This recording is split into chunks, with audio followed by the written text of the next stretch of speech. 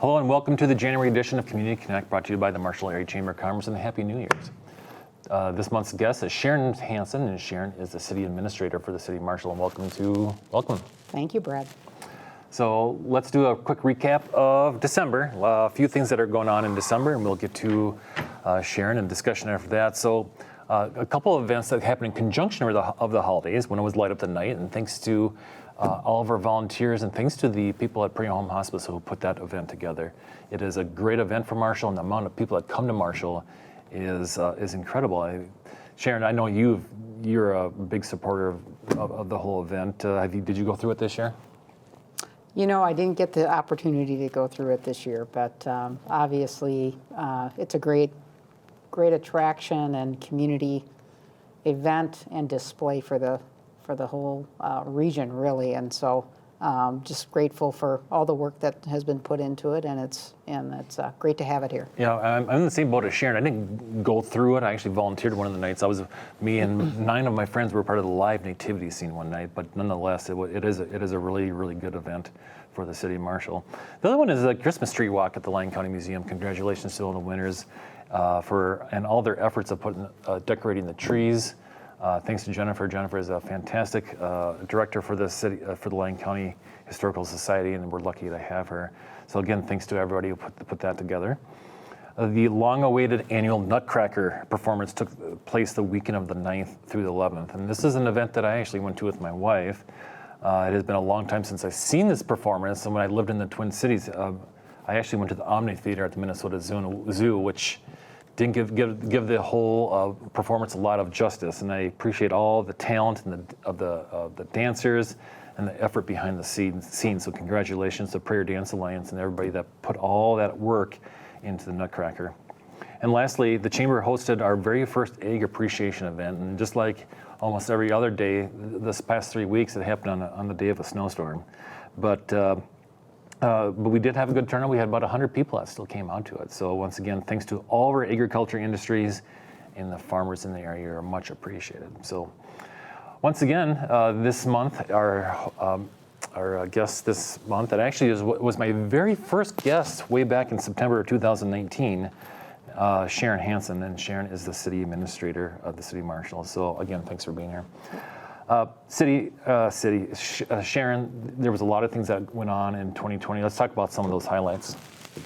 Yeah, I think we had some nice development and redevelopment, and obviously it was our 150th year as well, but just kind of thinking to really almost exactly a year ago, our medical clinic that's out on Carlson Street was actually vacant, and that happened during COVID, and Avera Marshall needed to strategically make some changes, and so we're very concerned about that space not being occupied up until early 2022, and rededicating that space to our patients and providers was really, really a great thing for our community. We don't have to worry about those vacancies, and it serves our public better who need those medical services. So that to me was a big economic development win.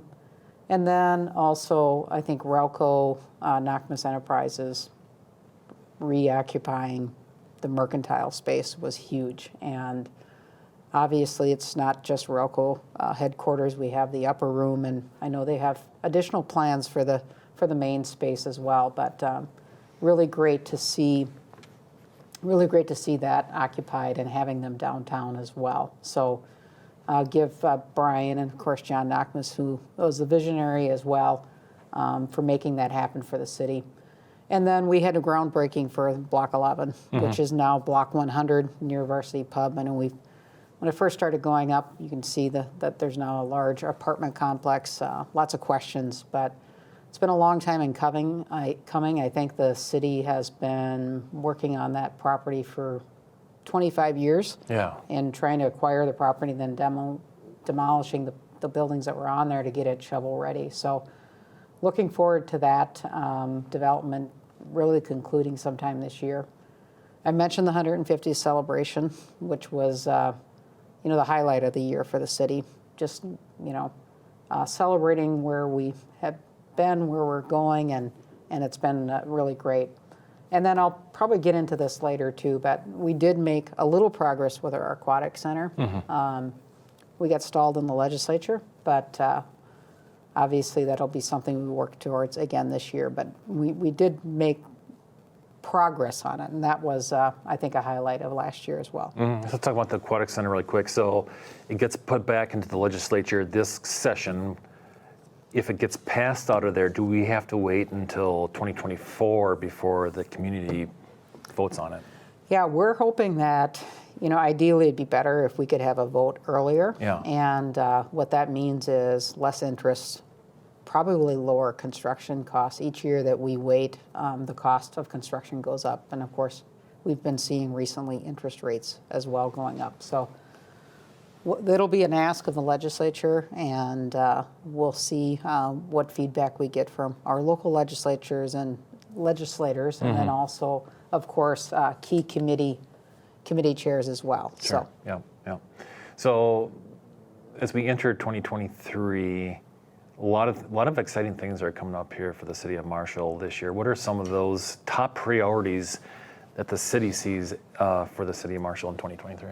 Well, I think one thing that's going to be new and exciting, and hopefully the community appreciates this too, is we'll have 2 new council members, and that's John Alcorn and C. Muleski, and I think they'll give a different, new perspective. We've had new council members, of course, over the years. That's something that the city has always gone through, but for me personally and for staff, it'll be quite a bit of change because there's 2, and then of course Amanda Schroeder just came on in August of last year. So I think looking ahead, just them giving us different perspectives, new ideas, asking questions, different questions will be really, really good. We have a strategic plan that goes until 2024. So we got some time, but really kind of reevaluating what the goals and priorities are for the city as a whole will be something we take on in this upcoming year. We've got 3rd Street construction, which I know the Chamber did a great job in facilitating that discussion, and ensuring that the downtown business was on somewhat of a same agreement path as the city. So we're looking forward to that starting, and I know that we're going to make it into a space that's a little more pedestrian friendly. So we're looking forward to that. We're going to be completing our indoor recreation study near the end of January. And what does that look like? Are there collaboration opportunities for the city with SMSU and the school? And then, of course, economic development is always a goal. Marshall has never settled with where we're at. No. And once we get a business into our community, we're always saying what's next. And so the mall, our Shopko properties are going to be really important as we go into the new year. Sure. DEI, which stands for Diversity, Equity, Inclusion, has a commission here in the Marshall area. It was started in 2020. It has done some nice work promoting events. I know they have a welcoming event. They've done that twice now. Can you give us a little bit more, give us an update about some of the work that the DEI Commission has done since it started in 2020? We did a World Cafe event with the community in late 2019. It's part of our strategic plan to have a diversity, equity, inclusion focus for the city. So establishing the commission was really, really important. And, I know that you're well aware of the state of Minnesota. Its population stagnant. Your state chamber director came down and gave a presentation during your annual event and talked about how important it is to look at diversity and embrace it. Yeah. So I think economic viability really lends well to having the city focusing in on diversity, equity, and inclusion. I think it is good business to do so. And frankly, for some of the populations, they need support. And I think the city can do that. And we've done that by sponsoring events, maybe helping with some communication, providing letters of support. And it isn't just about race. We've looked at inclusive playgrounds and establishing that as for our different populations. And we've explore different religious topics as well to be inclusive. And so I just think it's a really important function of the city, and obviously the public through the World Cafe wanted to see it. We're seeing it in the business community, and I think it'll help Marshall in terms of economic viability with population as well as the state. So very important. Yep, absolutely. 2023, what are some of the larger challenges that you think that the city of Marshall will face through this upcoming year? You've kind of touched on a few of them. Yeah, this isn't that exciting, but I do think for any local government, revenue is always a challenge, and it's a challenge because we have a lot of infrastructure needs. We have 80 miles of streets and 25 miles of trails. We've got, I don't know how many acres of parks, and some of our facilities are aging out. Obviously, for street construction, if we don't keep up with that, it's going to eventually catch up with us, and so it's very expensive if you do 1 mile of road, and you include in infrastructure, it could be between $2 to $5 million. So very, very expensive, and it's important for us to keep that up. So I think that's a big challenge. And then I'll share what's a challenge even for our business community, which is staffing. The city has done a fairly good job attracting really good people and a fairly good job retaining it, but we know that Southwest Minnesota is challenged in terms of our labor force, and I think the city will also see that. And then, economic development. Again, it's just, it's a little harder for us to do things here in Marshall. Population density is a concern, of course, for attracting retail and other types of businesses. But we also have a lot of great attributes, which I can share as well as we get further along here in this conversation. But we're always going to strive to attract more business, and I know that you partner in helping us do that too. So Yeah, a lot of agencies in the Marshall area, Private Minister Council, City of Marshall, or both of our SMSU and Minnesota West, we all recognize that we do have a labor